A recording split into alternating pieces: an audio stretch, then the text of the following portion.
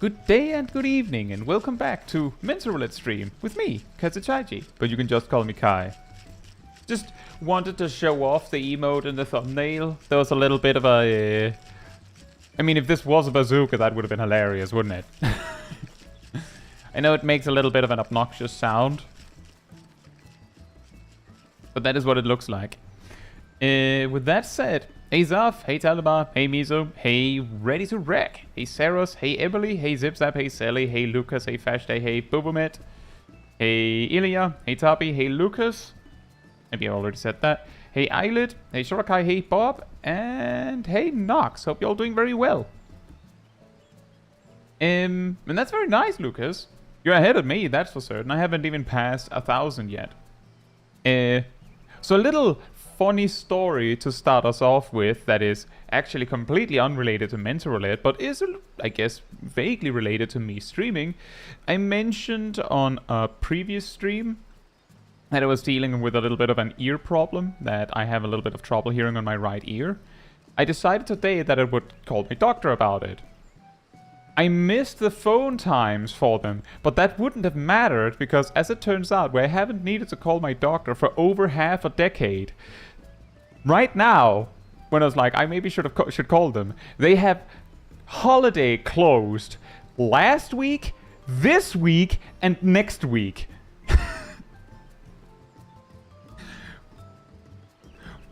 What are the chances? I'll figure something out. But that is such, like, yeah, exactly, it's like poetic timing. It's absolutely hilarious. I couldn't have, like, if I was writing a story, that would have sounded unbelievably inconvenient. Like, what can you do but laugh? I still have options, and I'm probably fine. But it is just amazing that the exact time frame where I needed the doctor, they're not available. Like, just throwing a ball down the timeline of the world 5+ years down the line and going nope. Just hitting the no right there in the sea of yes. Could consult Dr. Google. I started with that and got a reasonably how do you say, a reasonably moderate answer. So I'm just like, I want to talk with the doctor to be sure that things are fine, or that there is something I can do. It's just surprisingly inconvenient. I'll say champion and Ardell, hope you're doing well. But yeah, as usual, I have the wheel of jobs once again, and we will be doing about 10. If we're finished with the 10 early, we will probably keep going until, like, we hit about 3 hours. If we hit 3 hours before we do 10, we might do more, but if we don't hit 10 within 3 hours, there's a very high chance that, you know, there's a good reason. Because that would require that, like, we spent somewhere, like, significantly, like, about 20+ minutes per duty, which is not super common, I don't think. I'll say Vince, hope you're doing well. That is amazing, Zaf. And yeah, it's basically the same deal, right? Just exactly when you needed it to not fail, it failed. Hey Harry, hope you're doing well. And hey Matoro, hope you're doing well as well. See, the thing I got from Dr. Google was that it should go away on its own within 4 days, but Dr. Google also said that it should hurt a lot, which it doesn't.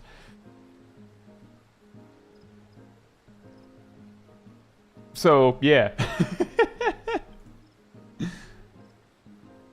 Right. Hey Matthew, hope you're doing well. And hey Fila, hope you're doing well as well. Fila, I mentioned on a previous stream that I am having hearing problems on my right ear, presumably from an infection. Also, hey, Rovgero and Pixel. Hope you're doing well. And Taldemar. Wait. I think Taldemar already said hi. Still hope you're doing well. Hey, Seraph. Hope you're doing well. I hope you won't tell your doctor you asked, Dr. Google. I will probably say what the actual symptoms I'm feeling are, and then we take it from there.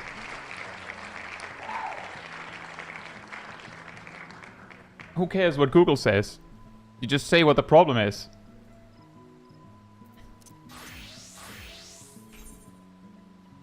No worries, Vila.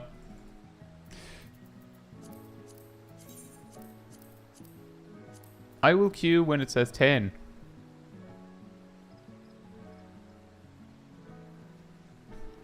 Yeah, I believe that is what I'm dealing with now as well, Zaf. It's just, it doesn't hurt, and it means that I can barely hear.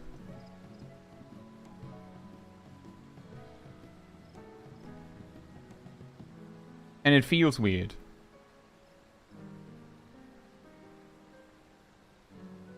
The Danish Ginger Ninja. Well, good news, Rob Gero. It'll be a few weeks, but I have recently rolled Ninja on the off-stream sets where, you know, I grab one job and just do roulettes on just that one job. Under the armor sweep. Oh boy.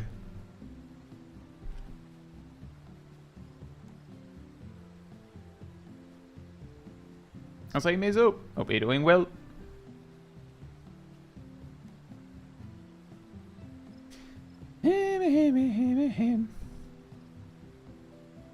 Enemy parties incoming.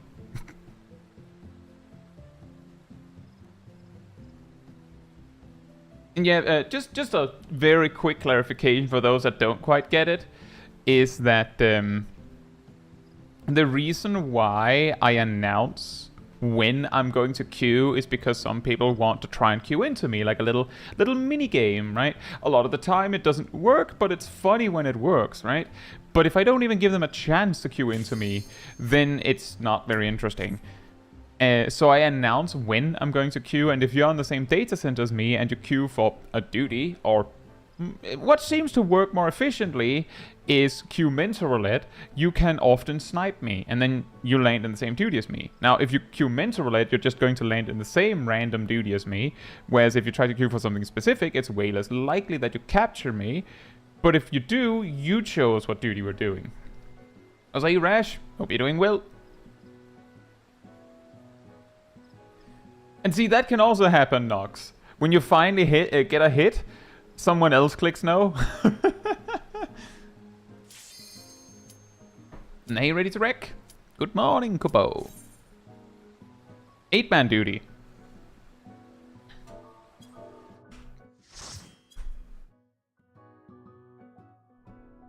Oh. That's pretty good. This is one of those that can really go sideways if you're unlucky. And it's not the most interesting Viper rotation.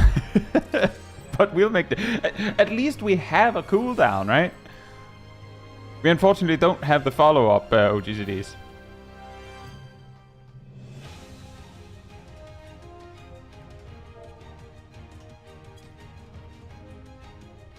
June, the White Mage.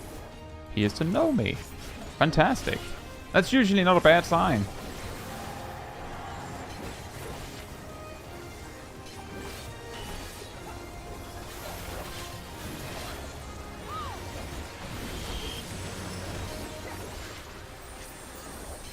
This combo feels very weird without the follow-ups. Uh-oh.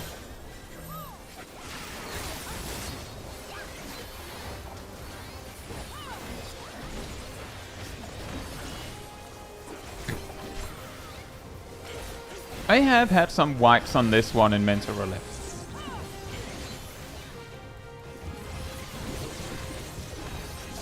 This is the knockback, isn't it? I accidentally pressed Slither out of turn, so I don't have it.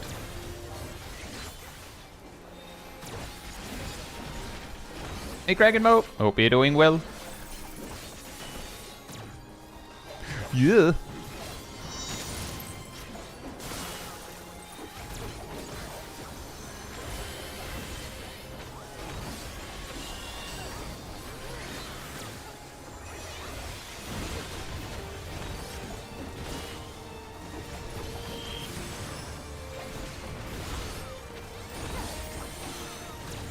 Oh boy, I have a cooldown again.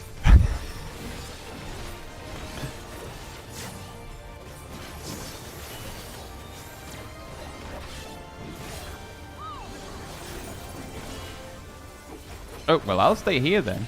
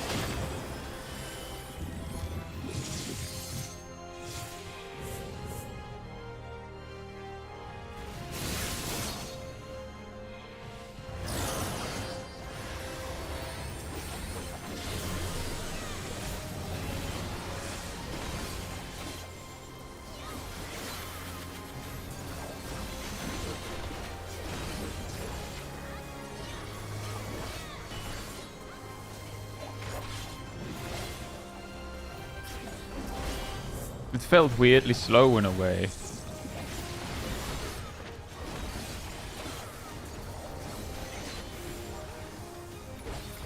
That's also usually how I end up wiping on this fight, Zip Zap, is if too many people get memed by the knockback.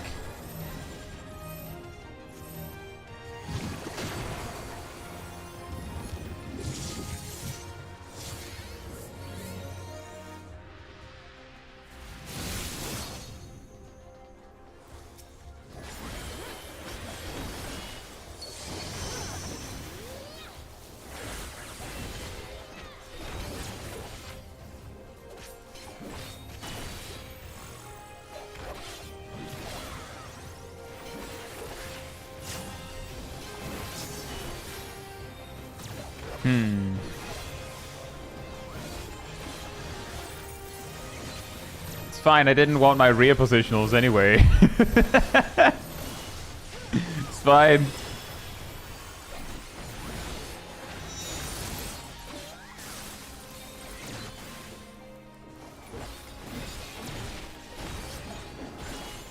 Does this count? I don't know if this counts.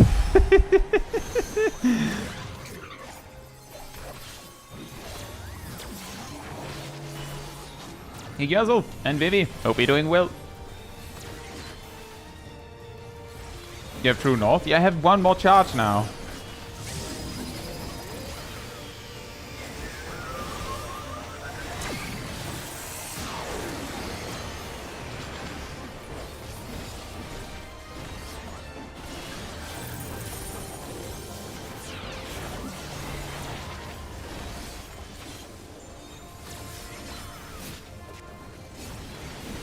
Good thing we have a mentor tank that knows what to do.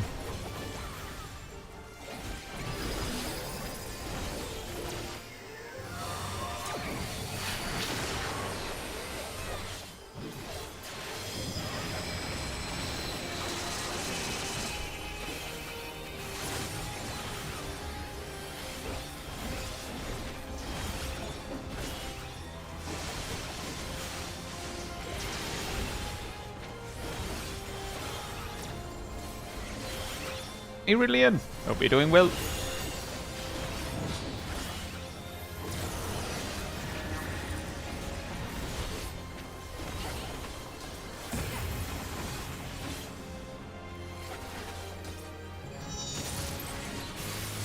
Oh.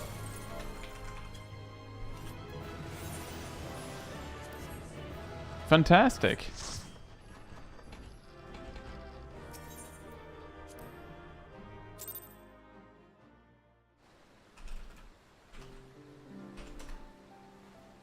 Hey Loxless, hope you're doing well. Do you think they'll circle back around for Nidhogg Unreal eventually? Well, the way that they're pacing it right now, they are skipping so many trials that just like Shot in the Dark, we will probably see like Dawntrail on Reels, like if they keep this up, we might see Dawntrail on Reels in like the next expansion. And that's too soon. Like that's straight up too soon. So I could imagine that they'll eventually circle back around. Also, you know me, hope you're doing well. We've had O12N so far.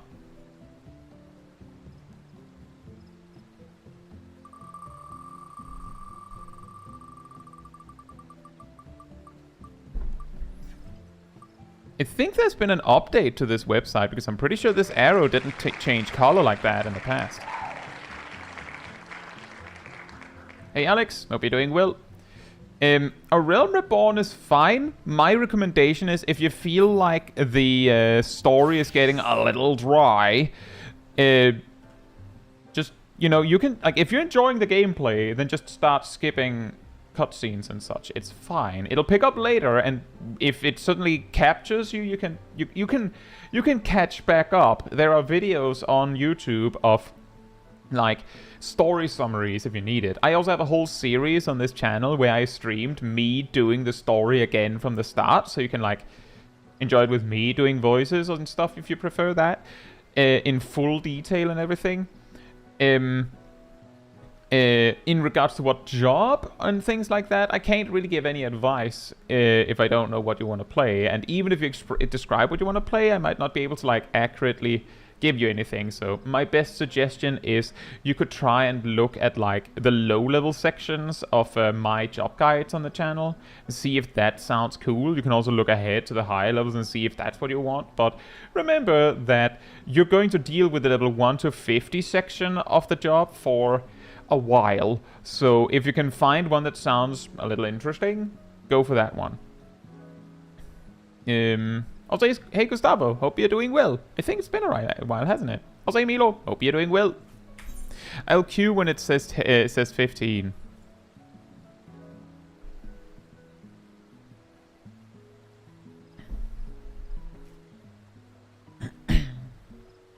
But it wouldn't surprise me if on Reels they eventually circle back and grab the ones they missed.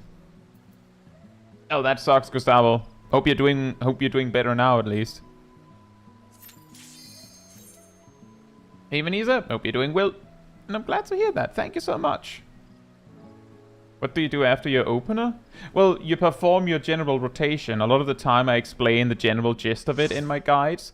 But you basically just work through the stuff until the burst comes around. Like a lot of it, with a lot of jobs, the opener sets up your filler rotations so that it kind of comes naturally. But that is not always the case.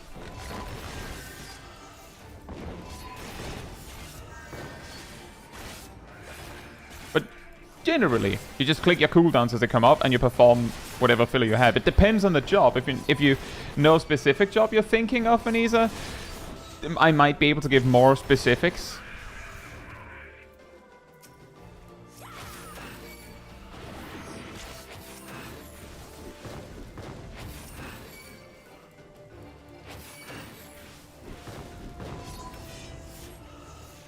What would be the easiest melee with the lowest amount of positionals?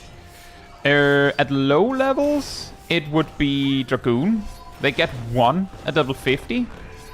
Once you get to higher level, it becomes Reaper, because they have like 2, I think.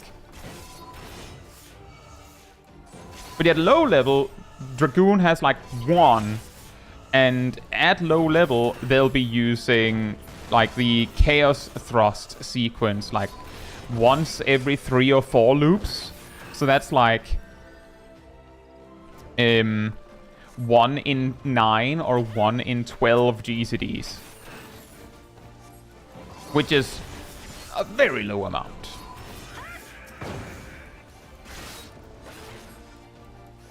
And also true, Reaper has 0 at 50, but you'd need to be level 70 to unlock Reaper in the first place.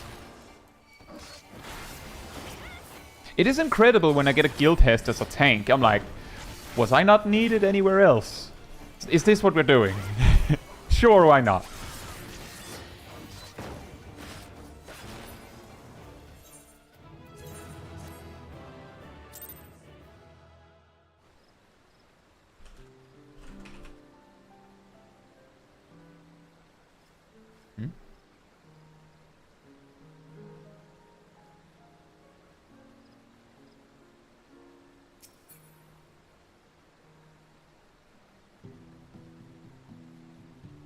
So, Vanika, or is it Venetia or Vanika? I'll say Venetia. If it's Vanika, you can correct me.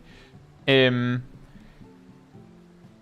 Mage has like a burst, but Red Mage is a much more free-form job. Like you just perform your filler stuff until you can, do a melee combo. And if you're not high enough level to have things like Embolden, like right when you unlock the job, it doesn't actually matter when you use the melee combo, but that is technically your burst. But there's a lot more freeform. It's just that the opener is a good way to start your rotation, and once it's underway, you like, you click the things, you use the cooldown so they don't sit there, but a lot of it is just, filler, filler, filler, and clicking the best button in the moment. Gunbreaker is a lot more strict in that you're like, once you've done your burst, you're very focused on having the resources for the next burst. Red Mage doesn't have that. They can spend a lot of time just building, and then spending when they have to or feel like it.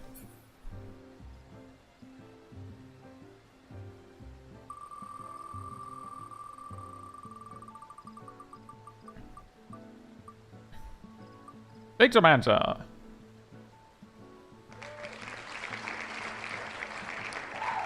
Let me just check something first. Oh, never mind. I'll queue when it says 50.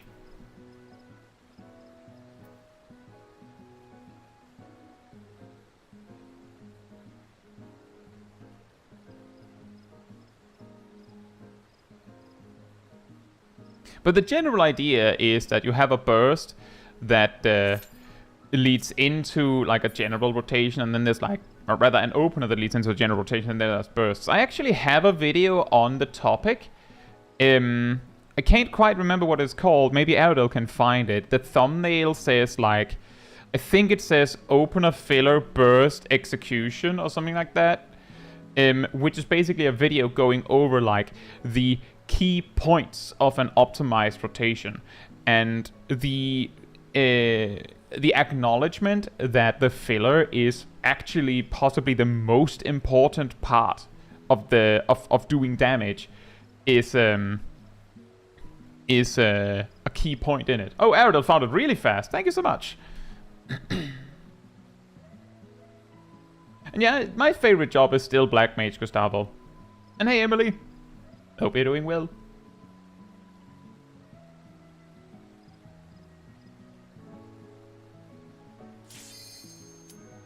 You're going to get overleveled. You're gonna be really overleveled on the MSQ on a preferred server with all the XP buffs. That doesn't really matter, Alex, because the content will sink you down, so you don't just get to dunk on it.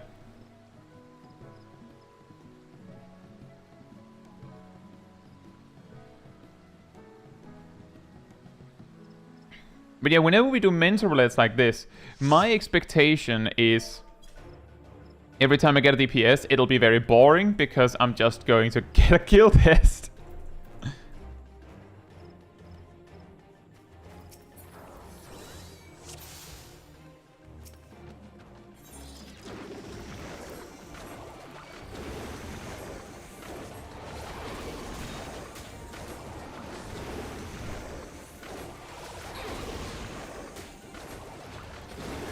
Maximizing the damage with auto attacks. Can you hear the slaps? The paintbrush slaps of justice.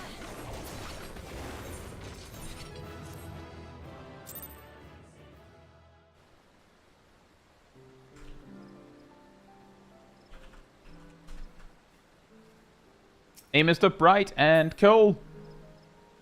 And Michio. Hope you're doing well. When the queue is longer than the fight. Yeah, exactly. A really funny thing that I discovered, as I said, I have recently gone through a ninja set, is that in the duties where you have hide and trick attack in Guildhests, and it's like a boss fight, remember that you can hide and trick attack the boss, and because most of those Guildhests take less than a minute, that basically means that you've optimized your burst.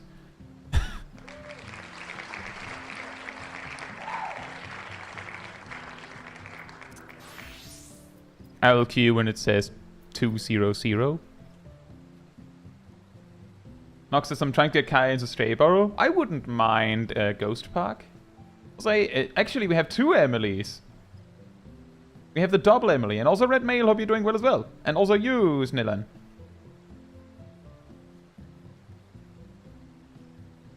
The double Emily.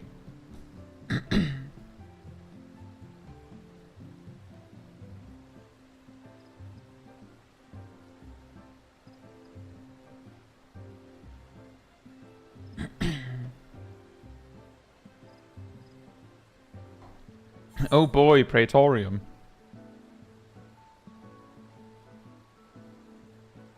Oh boy. Fair enough, Em.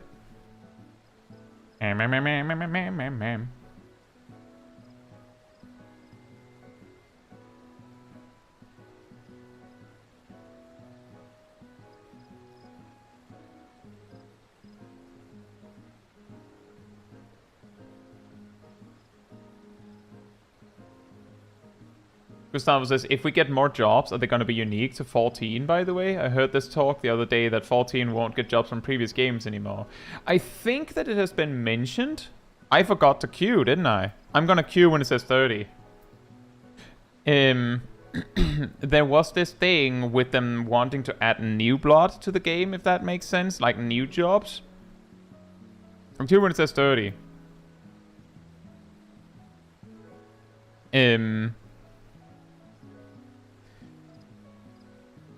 But that doesn't mean that they can't change their mind, right? They could just change their mind and go, actually, we had this cool idea for a mathematician. Yes, that is a job in a Final Fantasy game.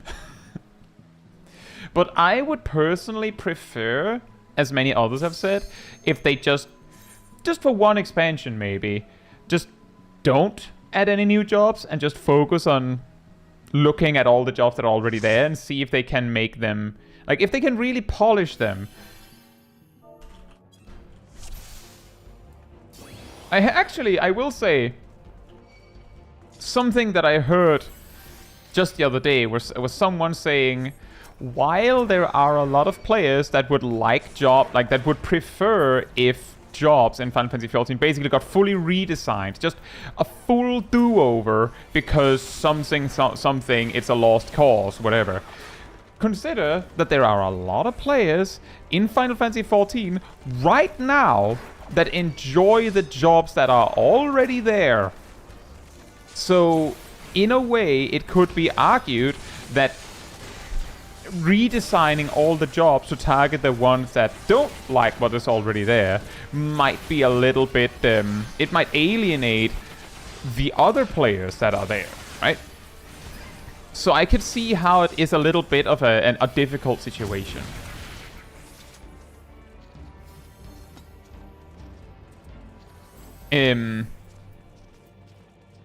Which just goes to show that it might be even more crucial to actually take, you know, an expansion and just say, instead of doing new jobs every time, let's really, like, focus down, lock in, as they say, and see if we can't make the jobs that are already there as awesome as possible for everyone. And then we can look at adding more.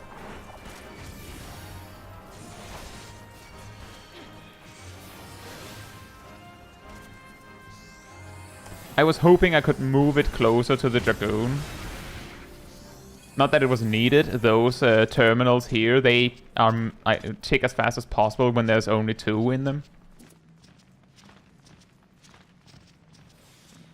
And also, I agree with Cole that if they should add just one more job, they should probably add a ranged physical. That's the one that we are a little low on.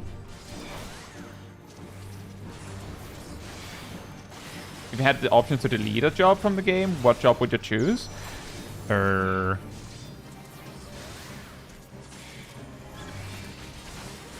None of them, but if you said that I had to pick one, which I'm guessing is the idea here. If I had to pick something.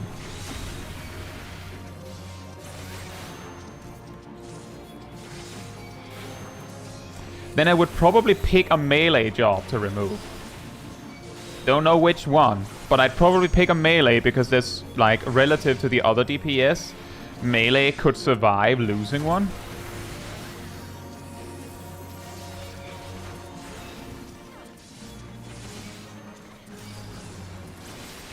It says I would delete Samurai, they complain too much about Kaiten. Wow. Say Bonk and Eaterit. Hope you're doing well. Told us, yeah, Squeenix would never want to alienate a job's player base. I get the joke, but my point is more that just because they've already screwed the pooch in some aspect, according to some players, doesn't mean that that means that they should make it any worse, right? My point is exactly that. They might want to really focus on not goofing it even more. I'm just gonna stop it here, I think. Oh, never mind. The healer wants more. We take a little more for the healer.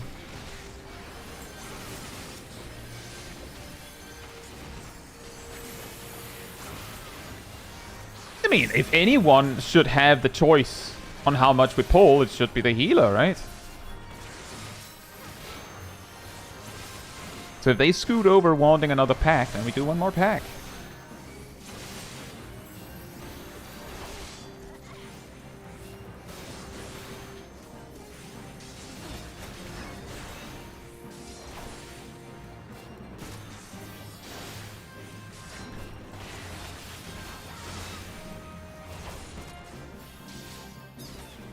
Hey Zarian, hope you're doing well. And also, hey Flout, hope you're doing well. And also to your question, Flout, the Corsair thing, it isn't quite a Corsair, right? But apparently, you may have noticed that if you look around in Limbs Elemensa, there is actually like a... I think it is like a marksman's guild or something like that. But they never made the job. But you can also see that some of the starting actions of machinists are very, like, by the numbers, like, more like just a gunner or marksman style. So, yeah, or gunslinger. So I guess they had the idea and concluded that it wasn't, either that they didn't have the resources to make also that, or maybe they didn't make it interesting enough. Also, Easting Aaron, Blitz, or Bits, Fox, hope you're doing well. I always read it as Blitz. I'm sorry about that. And actually, Bonk's suggestion of bring back old summoner or delete summoner is exactly kind of what I mean with... At this moment, and I'm saying this as someone who mained summoner in Shadowbringers, right? I also like the summoner we have now. It's alright. That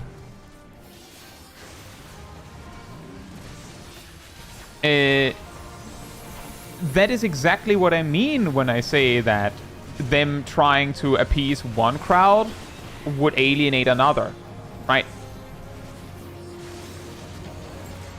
Because the players that like new summoner would be alienated by bringing back old summoner. There's the possibility that those summoners would also like the old summoner, but there's also the possibility they would hate it.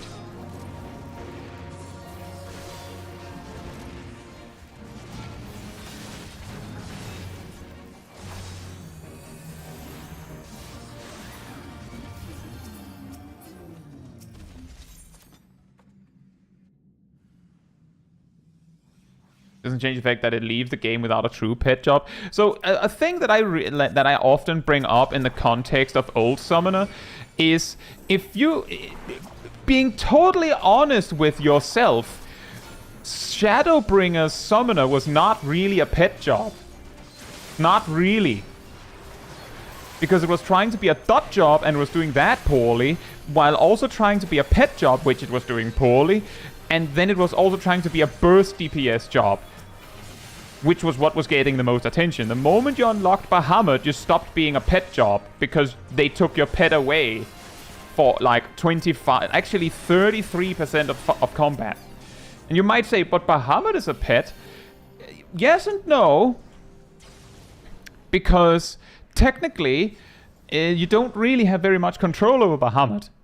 Bahamut was as much a pet as Ninja's Bunshin in that time, because Bahamut would attack every time you attacked, and then you had like an action to tell Bahamut to do an attack, but that was really it. Like, I'm telling you, in Shadowbringers, I repeatedly talked about the fact that Summoner was trying to be too many things at once, and that something had to give.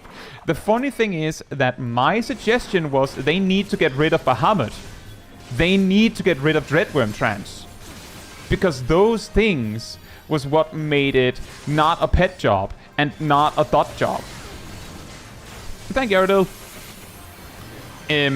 Which is to say, in other words, if you want old Summoner the pet job back, we need a Realm Reborn Summoner, because already at Heavensward they screwed it.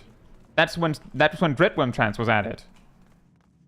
That's how soon the pet job was starting to die in Heavensward, technically.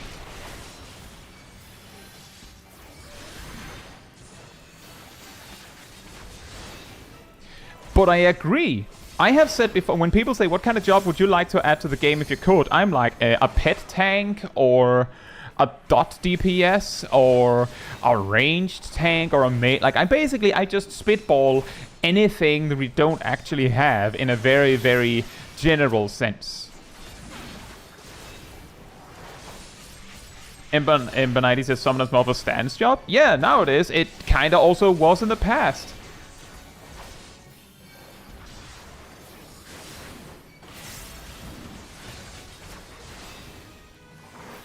Jose Freelon and Imbernity and everyone else that came in. I think Janik came in. Yep.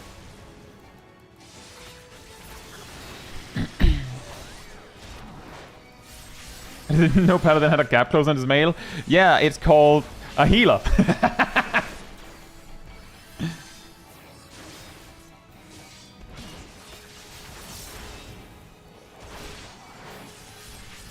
Hey, Igashi, hope you're doing well.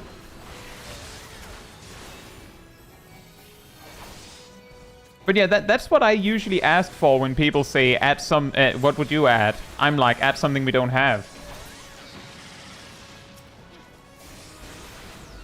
But it is worth mentioning that the last iteration of Summoner before it got reworked was trying to be so many things that it was not a single one of them.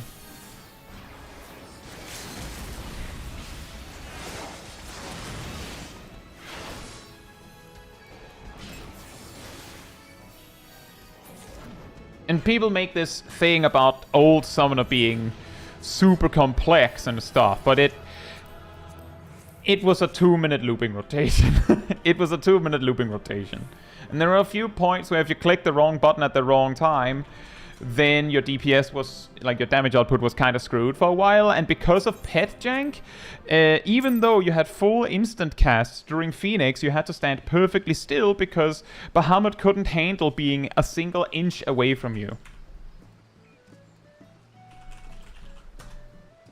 Which is also why in one of my joke videos about cursed job changes, I specifically made the Summoner change that the pets won't attack unless they're right next to you and behind you, because they're shy. Because that's how Bahamut and Phoenix used to work.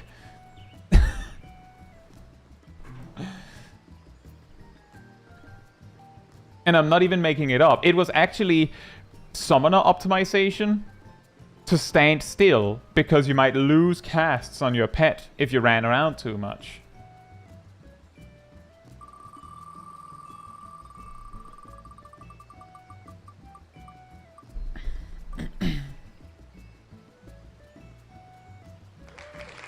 Black Mage! Jose Revity, hope you're doing well. Gustavo says, what happens to Machinist that I don't see many people playing it during my daily playtime? Is it a bad job or endgame job? Machinist is fine. It's not super popular. It has a reputation for being a lot weaker than it is. Things tend to be like that, some exaggeration. Machinist isn't amazing, but it's actually perfectly capable. It's good enough for everything, and it isn't garbage. But a lot of people think it is, and Machinist is a very weird job, so a lot of people don't want to play it. It's also very hard to play Machinist perfectly, which scares a lot of people away, even though playing like 90% efficiency, it's actually not that hard. Right, I'll queue when it says 10, but don't worry too much about it, Gustavo. If you want to play Machinist, go for it.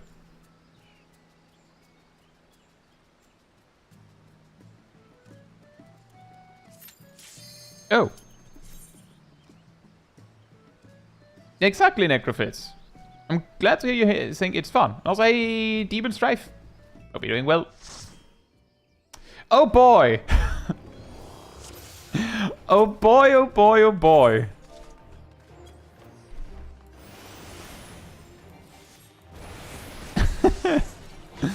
Oh, fraptious day.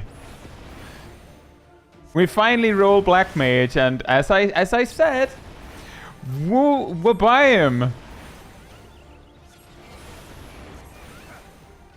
Fun, fun, fun. There isn't really any point to reapplying Thunder.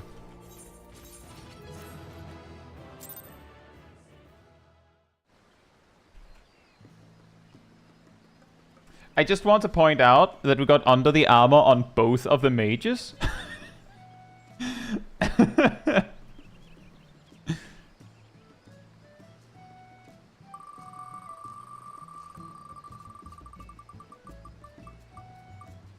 Hey, Banana, and Peter, hope you're doing well, and Fern. I believe this is the 6th one we're going into. On Samurai. I'll queue when it says 45. It says never seen under the armor. Where's that from? It is from Guildhests. It's a really low level duty.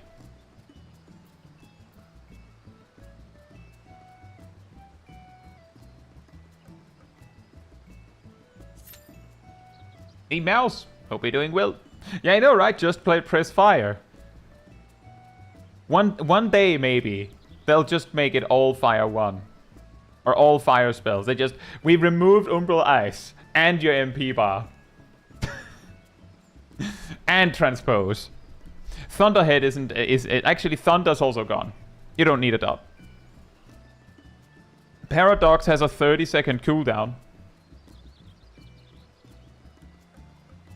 Oh, I know, Mouse. I did see the /S. Don't worry.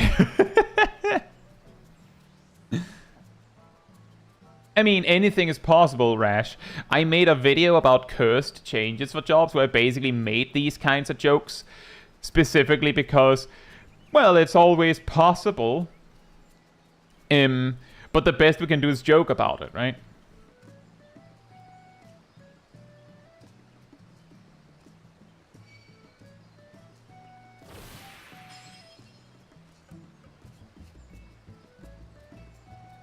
But sometimes I hit too close to home. Like, I want you all to take note that, like, 2 weeks or so after I made my first Cursed Changes video, where it was like, oh, they're going to make it so that Pictomancer's motifs are actually a damage loss. I believe that was when 7.2 landed. And some people were mad that I actually called it.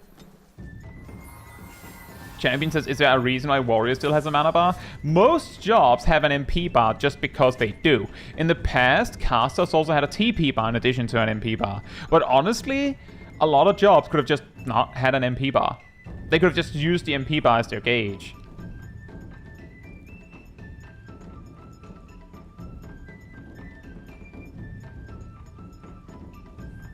Yeah, I zoned in and I was like, is it extreme? No, it's not. Let the rebels begin. I'm glad that you're enjoying it now, Mouse. As I said, I'm also enjoying Black Mage very much. And people make all the jokes about how incredibly simple Black Mage is. It is very simple in a lot of ways, but it also has a lot of complexity. The funniest part is when people make the memes about how simple it is, and then you talk about how much optimization it has at level 50, and then they go, what? I thought people said it was brain dead.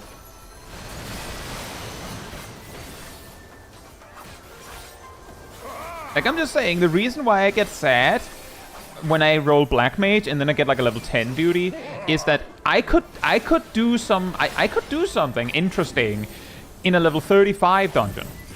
Like, I'm not asking for much. I could do something with a level 35 dungeon. But a level 10 dungeon, there's nothing. There's nothing you can do at that level. It's just, there isn't enough of a rotation, but that's not Black Mage's fault. I mean, if you rolled under the armor as a ninja, you have 1-2 combo and nothing else. Like, big shock. Like, Black Mage being uninteresting at that level isn't like the fault of the Black Mage. It's the fault of, well, no one is interesting. Hey, Hypercat, hope you're doing well.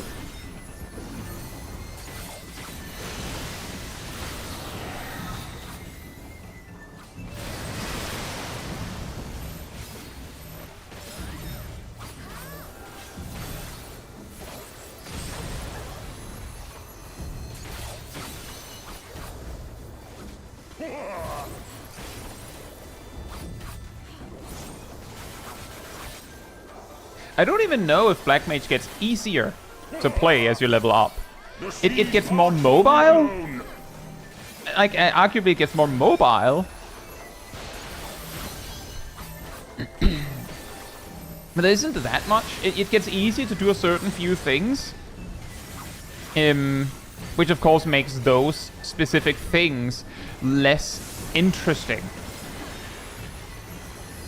Like at level 35, it's actually pretty cool to actually optimally land a Swift-casted Blizzard 3 for some damage optimization. Whereas at level 90, it's like it's almost free, right? It's almost free. I think my Higanbana got ghosted there. Yeah, exactly, Mr. Bright.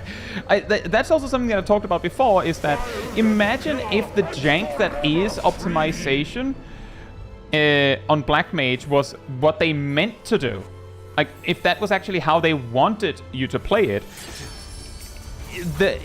it makes a lot better sense that they basically made it so that it's kinda simple to play it at a basic level.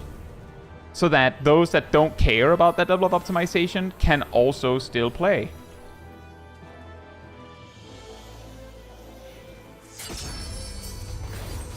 Crabcake says, for around level 50 to 60, is it fine to spam Thunder when stalling for transpose after both flare and freeze?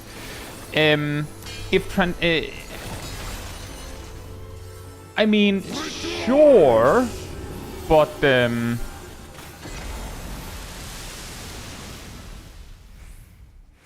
at level 50, you have so little things you can actually weave with that you can't really perform a transpose flare rotation properly. My recommended rotation at level 50 for AoE is to, you know, cast flare, of course. But after that, you just transpose and then cast freeze, and then you cast fire too. That is better than, you know, thunder and then transposing, or casting freeze twice, or whatever. And like after the fire 2, you just cast flare again. And the reason is that the amount of damage that single flare gains by being Astral Fire 3 rather than 1 makes up the difference. But just saying, Crabcake. Exactly, you just go flare, transpose, freeze, and then you have fire 2, and then you flare again. Just over and over and over again. The seas part, for we alone. Such ferocity.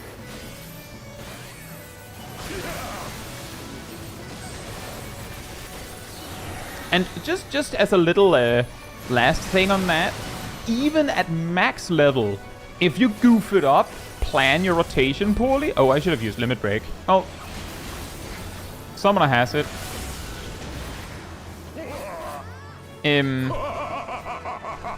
Twas a memorable dance indeed. Even at max level, if somehow your plan just completely goofs up, you could go freeze, fire 2, flare, flare, flare star. But it is worth saying that that's, as far as I recall, that is better than freeze Thunder 2 when you don't need to reapply Thunder 2. But a lot of the time, at that point in the rotation, you'd probably just, like, that late in the fight, where you've, like, ran through all your polyglots, maybe you ran too quickly, you can probably paradox, just ice paradox, and that's probably fine too. So, like, long story short, there are a lot of options. So don't worry too much about it. The key thing is that Black Mage has enough that there are many answers. I say False Geek and Foxero and Nosha. Hope you're doing well. And that is also true, Foxero.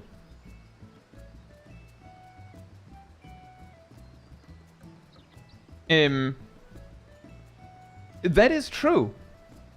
But that's assuming that you're still doing 2 GCDs. And, like, aside from freeze, you basically want to use an instant after that. And most of the other options you have aside from freeze that are decent are instant.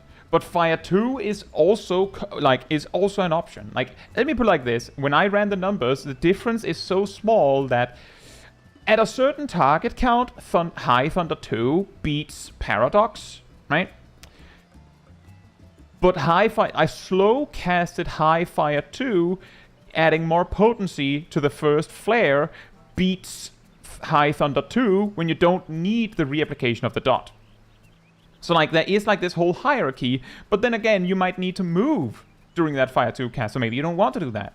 Like, it doesn't matter that much, but you'll figure out what works best. And the most valuable lesson with Black Mage is that you have a lot of options, and if you actually think about your options, then it gets really, really interesting.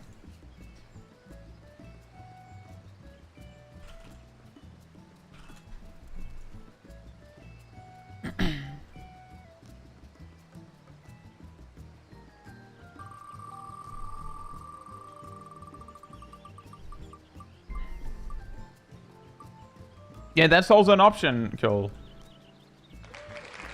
Thinking in my 14, right, Baron? Say Freezy, hope you're doing well. Also you, Baron. Sage. I'll queue when it says 35. I had something like that too recently, Freezy. Really weird. Emily, M says, hearing all of the Black Mage optimization hurts my poor little head. That's also what I keep saying. I keep saying that every time it comes up, there'll be someone being like, Black Mage is mega easy now, and then if we start talking about Black Mage optimization, there will be people, like, not the same person necessarily, but there will be people going, that's a lot. Because it is a lot. But the basics of Black Mage have become very, very easy. Which is good, I think. Hey Shakespeare, hope you're doing well. It has been a long time.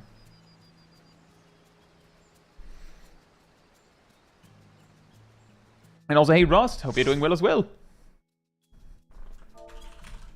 Oh no. Okay. It's just Castrum, guys. Womp, womp, womp. Well, at least I'm the healer. So I can spam Discrasia.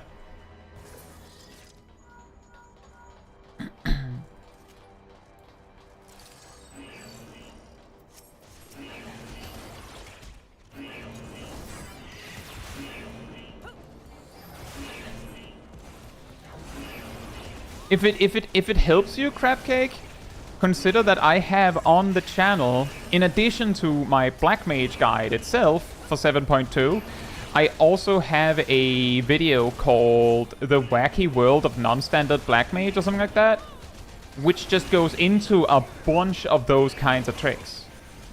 Just those, and just focus on explaining how to use them and things like that. Like if you want to, like, just dive into that. And that's separate from the job guide. Thank you, Aerodil.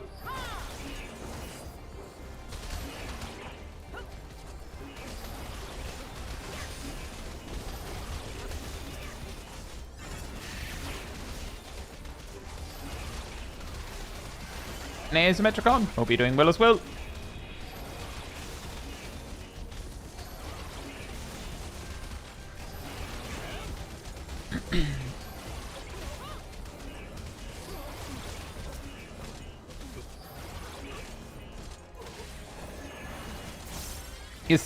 All healer AoE is surprisingly busted in this level range. Like, if you actually run the numbers real quick, the average potency per GCD of every healer at level 50 puts tanks to shame. Like, all 4 tanks, even during their burst, can barely keep up with, like, an Astrologian spamming Gravity.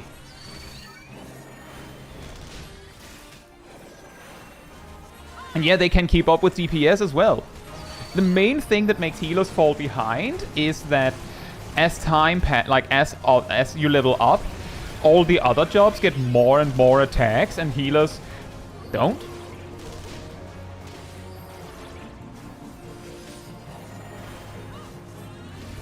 Xavier and Roshan, hope you're doing well. There's that says, as someone new to online MMO games like this, I completely forgot to maintain my dot on the boss. That's really awkward. No one saw that. That is a very good explanation, yeah. Black Mage's basic rotation is very comparable to how, like, Lance in Monster Hunters, you know, just poke, poke, poke. But it has a lot of depth. Black Mage is kind of the same. Granted, it used to be a lot more complicated just at the basic level, and still had a lot more depth. As a duck, hope you're doing well. And yeah, Scholars, Art of Wars again on 1. I will say, just on my end, I know that it's almost like a little bit of a meme on the channel that I keep mentioning it, but I will say that despite the amount of times I've brought it up, that Art of Wars again on 1, there are still people saying, can you cover that? Because they still run into people that don't get it.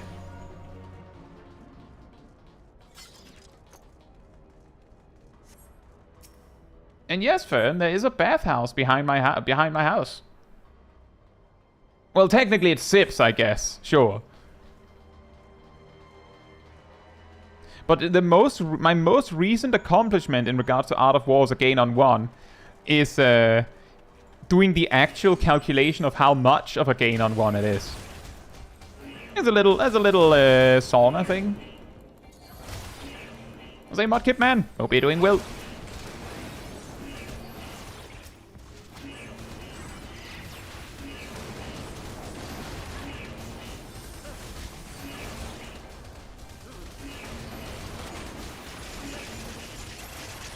Pretty much, Cole. But that's actually a classic. It's not a Black Mage exclusive thing. It's just that Black Mage has always, you know, peddled this, a bit exaggerated, to say the least, idea that the job is like way too hard.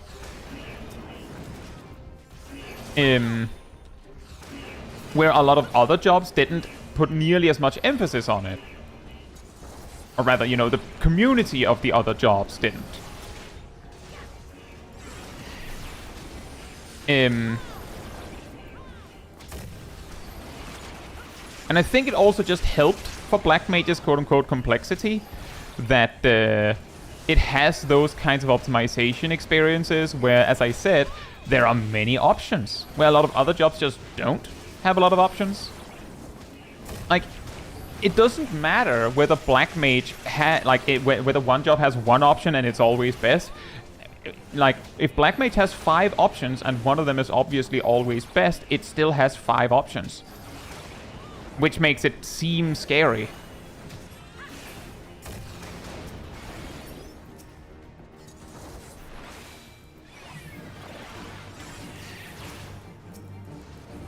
It can, Gustavo. I think it's more like Bard requires a lot of muscle memory because there's a lot of things you need to keep track of that, like, pop up here and there, where a lot of other jobs don't really have that nearly to the same extent. And Bard is also one of the few jobs that have to react to procs.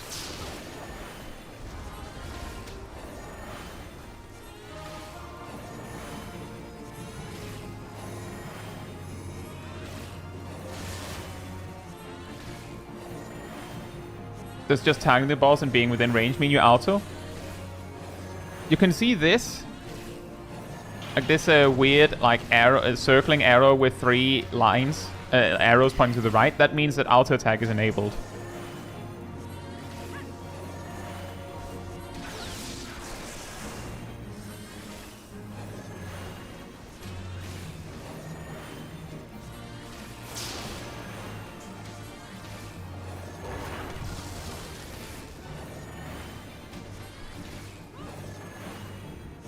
Necrofit says Black Mage was just easily the hardest job to figure out from 30 to 59 compared to basically every other job. That makes sense.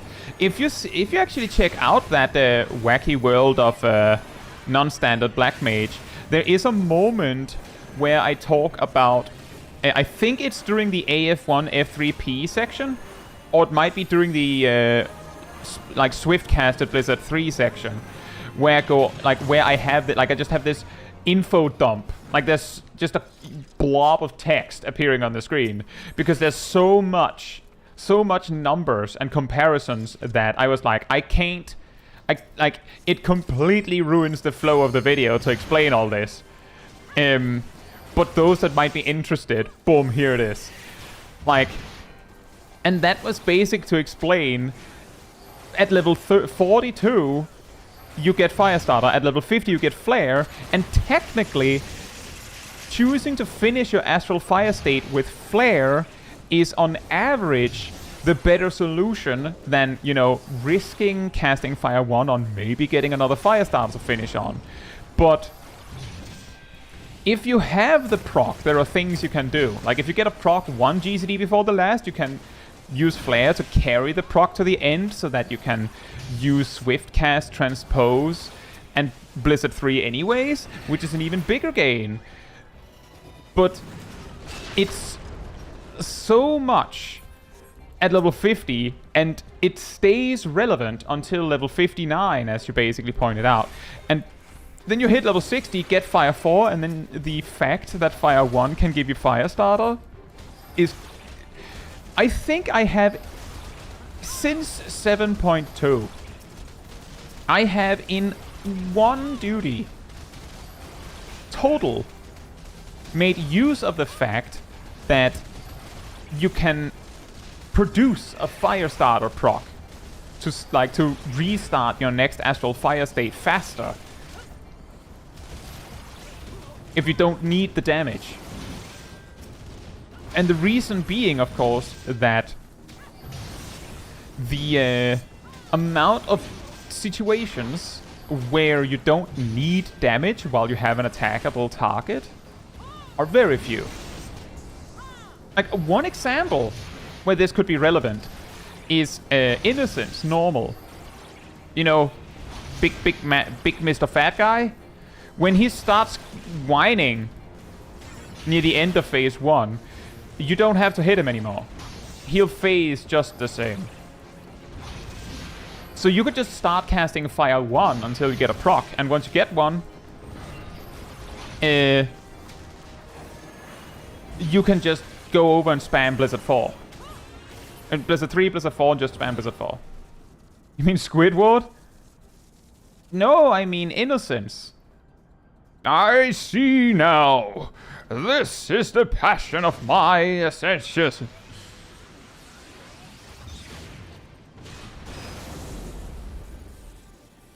He starts the phase change at about 15% eyelid. And at that point, I don't think it matters how much you hurt him.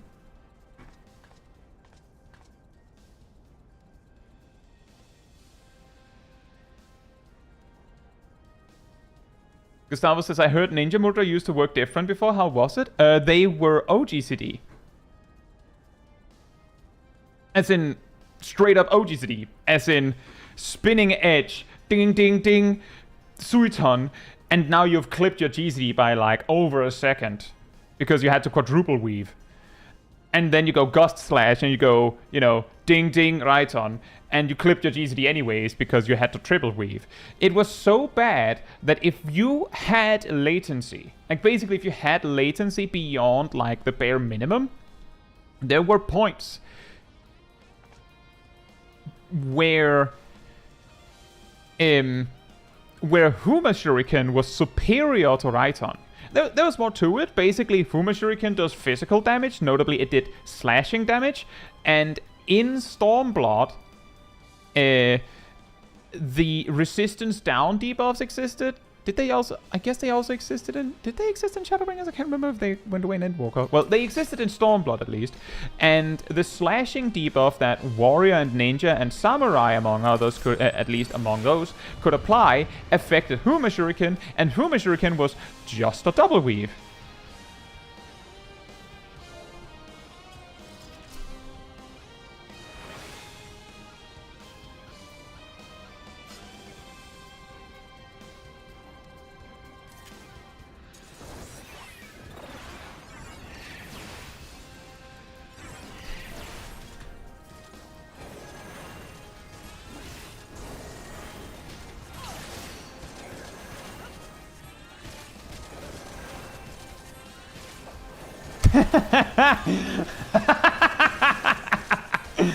Oh man.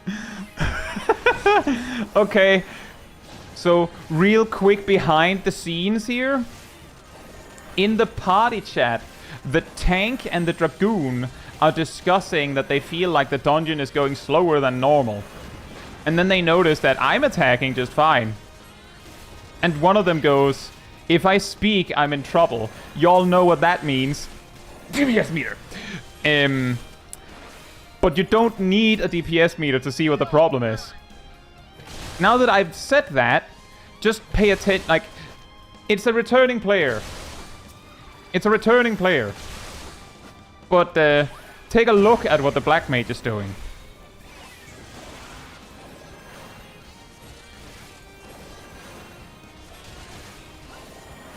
Yeah, exactly. You can just use the aggro table. But just look at what the Black Mage is doing.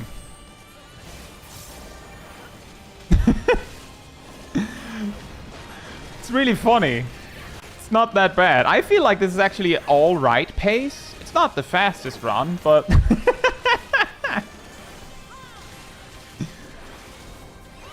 The guys casting, no? Yeah, they are. But if you pay really close attention, they sometimes spend like a full G-City just standing there. Like just considering what to do next.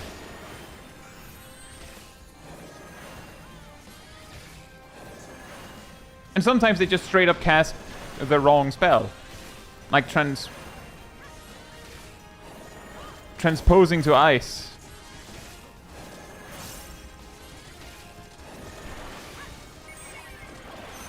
Like, it's overall not that bad. And see, they caught up to me. But I thought it was funny because I could just see in the chat the two other players were discussing that they felt like something was wrong, and one was like, well, a lot of the time there's like healers that don't even attack, and then like they look at me like, oh wait a minute, you are attacking. And then like the camera slowly pans to the Black Mage.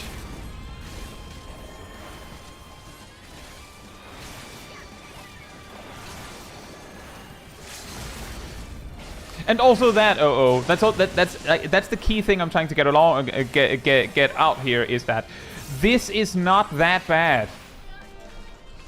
This is not that bad. This is fine. It's also 15 minutes in Castrum is fine, right? I just thought it was funny that they were like, hey, wait a minute, is the healer not... No, wait, they are attacking. Wait a minute. And then, like, I glance at the Black Mage just having a smoothie in jest. Like, oh, yeah, that might be what they're seeing. But we're not slow, and he's trying, and it's a returning player. That's also what I led with, is, by the way, it's a returning player, but take a look. And I didn't even, like, I weren't paying attention to anyone. I was just doing my rotation. Also, I think I missed you earlier. I hope you're doing well, Ham. Also, Popular Monster, and Alex, and Red Hawk.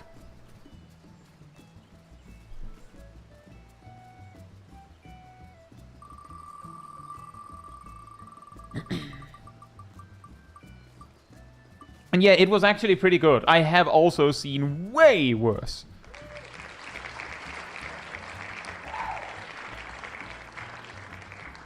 And specifically, I've seen way worse in MSQ Roulette. I will queue when it says 40.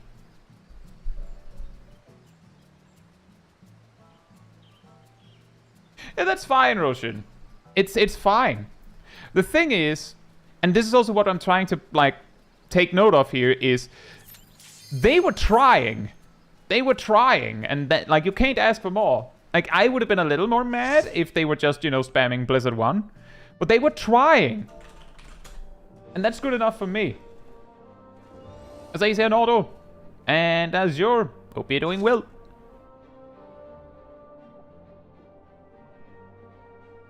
This is a fun one. With 3 sprouts.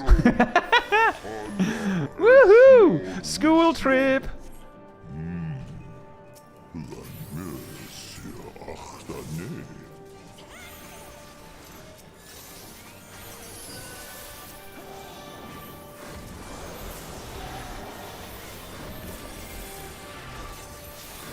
Now the thing is, I'm not particularly magnificent at Astrologian, so I'll try my best.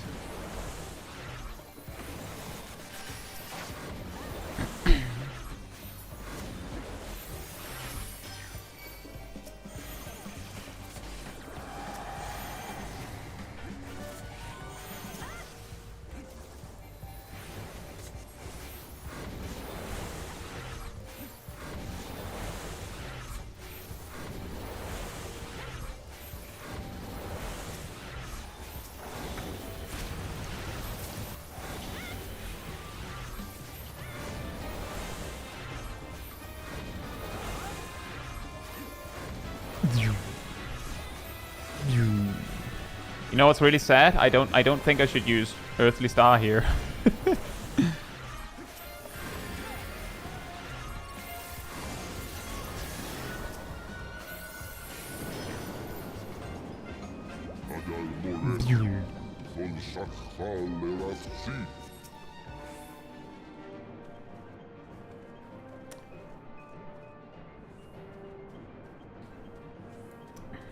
Something like here, maybe.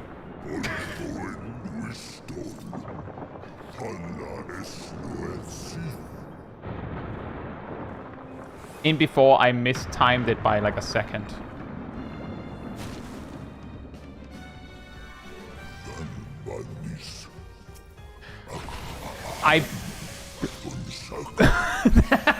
That was perfect. Exactly. To the second.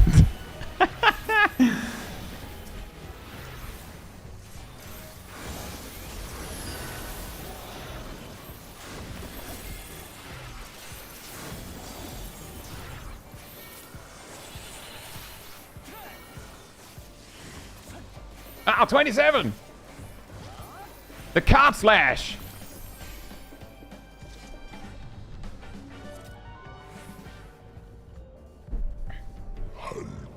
Oh, so this was one of my favorite dungeons when this used to be endgame. You know what's funny? This dungeon,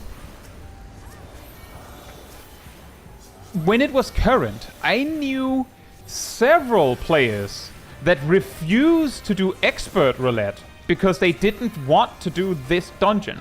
It didn't have anything to do with this first beginning start. It didn't have anything to do with the first boss. It didn't have anything to do with the second set of the dungeon, even though that one is quite brutal as well.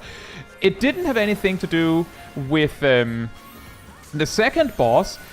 And it didn't even have anything to do with the final boss. It was specifically the trash packs between the second and third boss causing quote-unquote too much friction. You may have heard me talk about that sometimes. Basically, some players want to just do the Gigapole and just deal with the extra summons. And some players absolutely don't want to do that and would much prefer to kill the summoners one by one. And this friction caused some players that just don't want to deal with that to just basically tap out. Like, I don't want to do the dungeon at all, because I don't want to deal with the possibility of having one of each.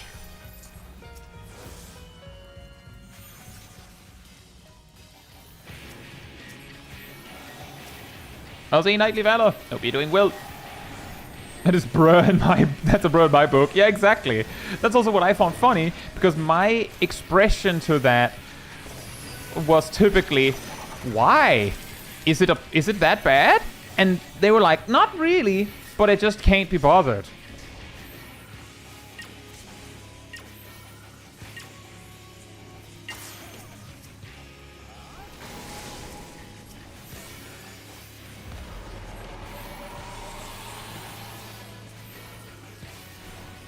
But that kind of stuff is part of the reason why I usually include that Gigapull in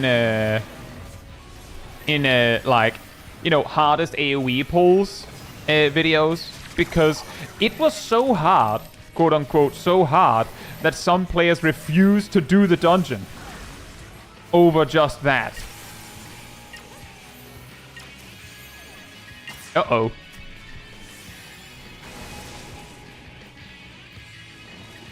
I didn't look.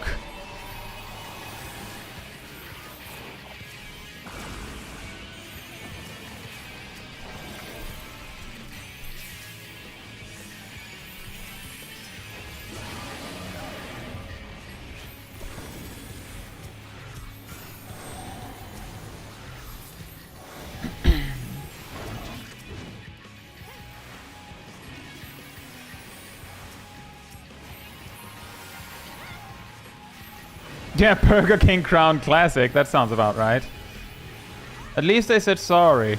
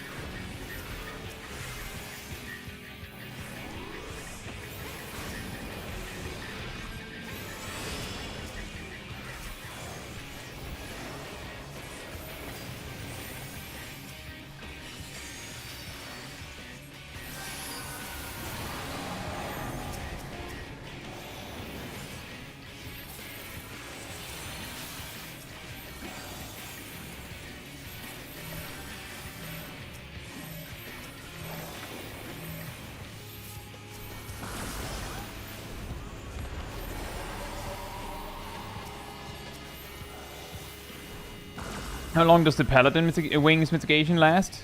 5 seconds, approximately.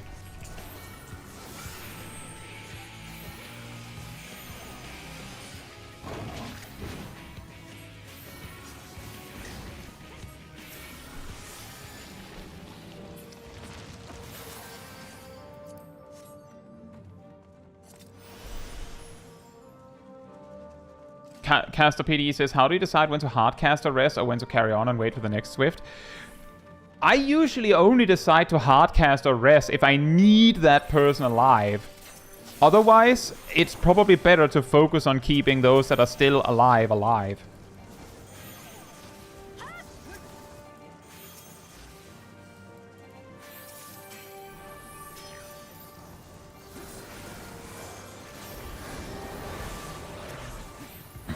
There's another case of that as well, Freelon. Did you know that the Scholar's Sacred Soil damage reduction also lasts 5 seconds?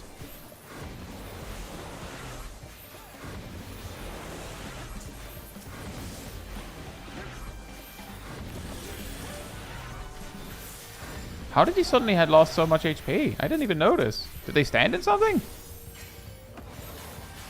Or am I just not paying attention?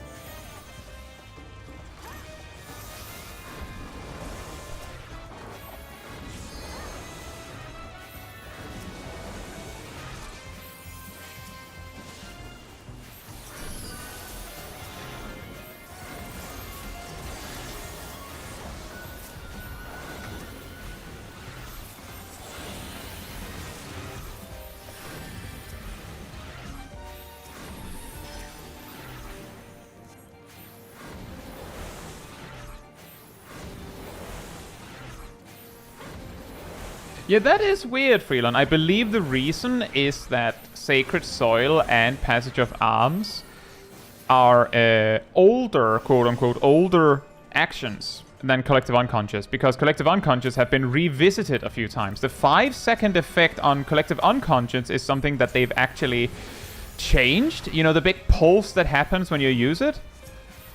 Like, that boom, that wasn't there originally. Like, they've added that since.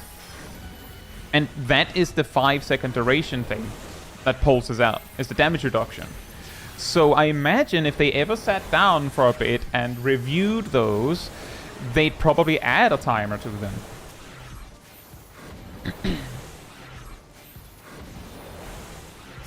And yeah, that's right, Eyelid. That is sometimes what happens, which is also why I'm like, I lead with, oh yeah, I'm not very good at Astrologian.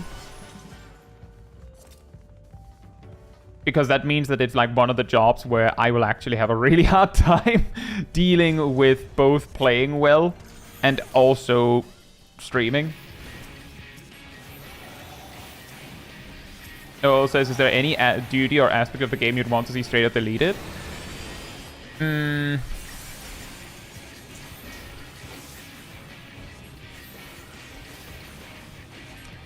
I don't necessarily want anything deleted, but there are definitely things that I would like to see fixed or improved.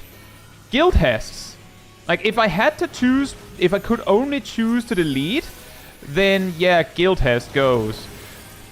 But if I could choose to just have it, you know, improved, then I would just, and then again, I would choose Guildhest. Make it better. Make it actually something you learn from.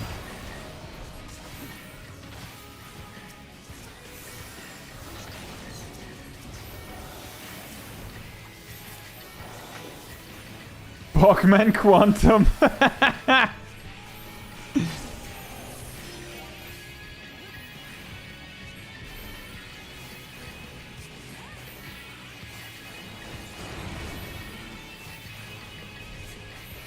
Replace all Guildhests with Under the Armor. Every single Guildhest is under the armor, but every time Bachman has a different set of mechanics to teach you something, and they give a. They replace. They give Bachman like a fancy hat to indicate that he's like a teacher now.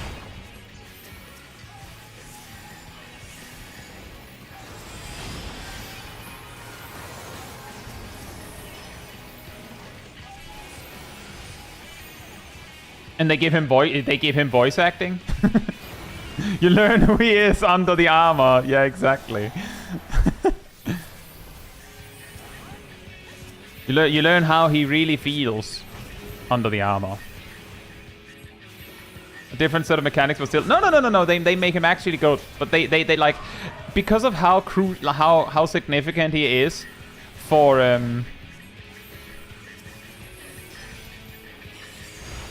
the Guildhests at large, they give him a prominent role as the teacher now.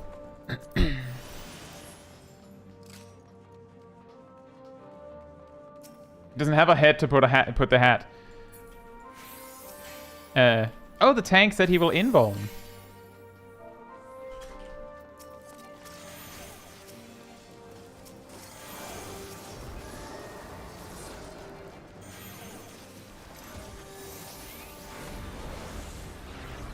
Have you read Under the Armor's description? I think I did.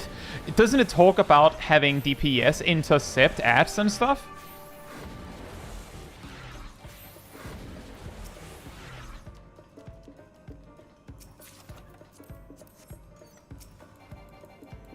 Like, help bring ads to the...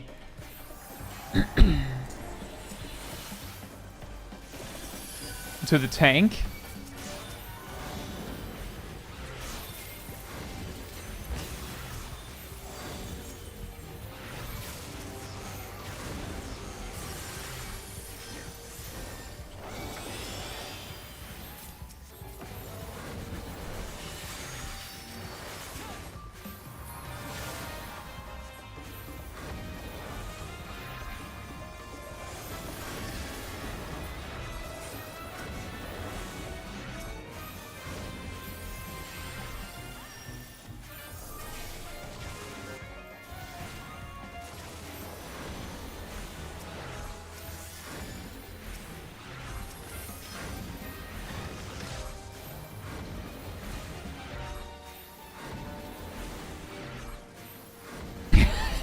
Look, Cole, I am basically free run. I see loot, I must have it.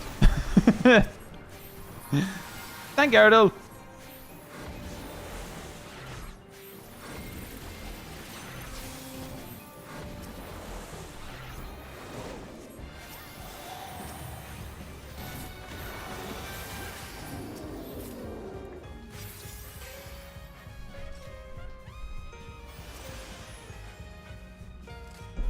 Guayo!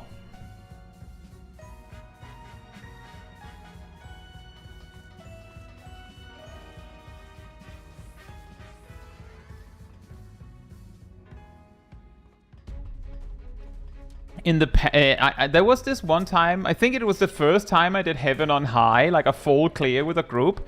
I eventually got told that I wasn't allowed to open the silver chests. Someone else had to do it.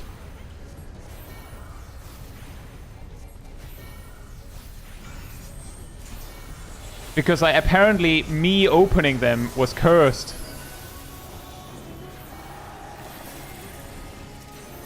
Basically, every time I opened them, it was a bomb. Consistently.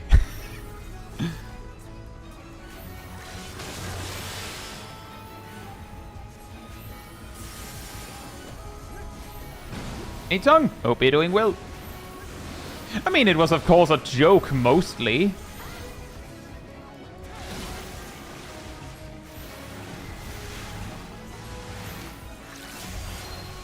But it probably didn't help that every time I walked over to a chest, I called that it would be a bomb.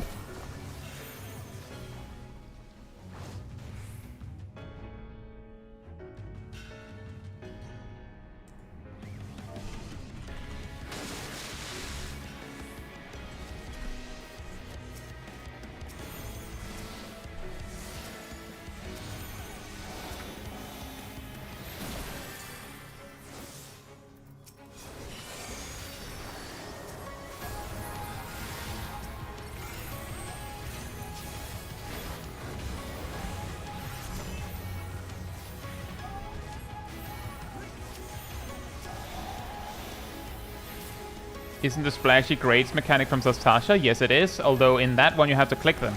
But yes, it's a reference.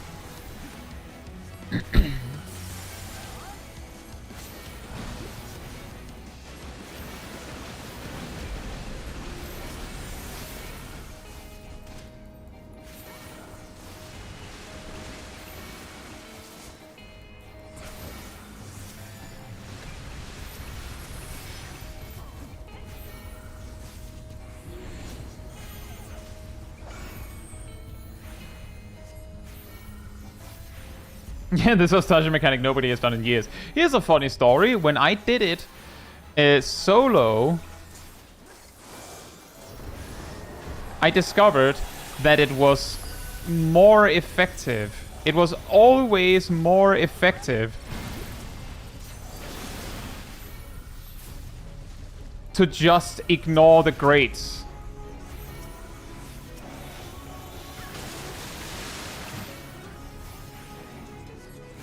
Than to bother, because the ads did so little damage. Nice! Everyone did it, by the way.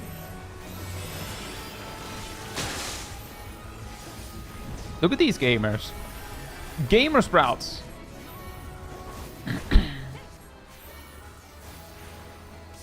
They even recognized that they had to avoid the ones with the hands over them.